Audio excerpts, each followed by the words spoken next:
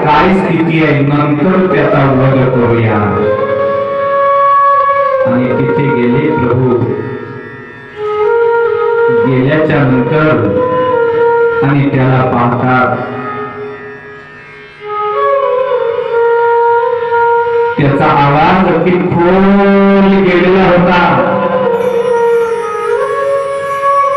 त्याच्या अंगातली शक्ती रक्त वाहिल्यामुळे बोलण्याची आता शिल्लक राहिलेली नव्हती. आणि तो जटायू त्या ठिकाणी अश्रू ढाळत होता.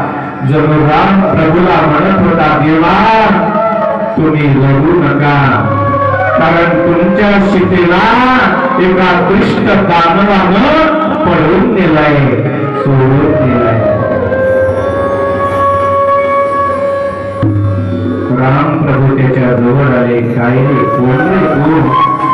सांगितलं, देवा माझं नाव जटायू आहे.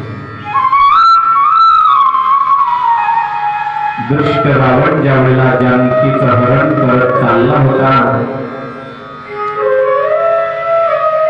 देवा त्या आई सीतेचं दुःख पाहिलं. तुमचा जो वियोग आहे तो वियोग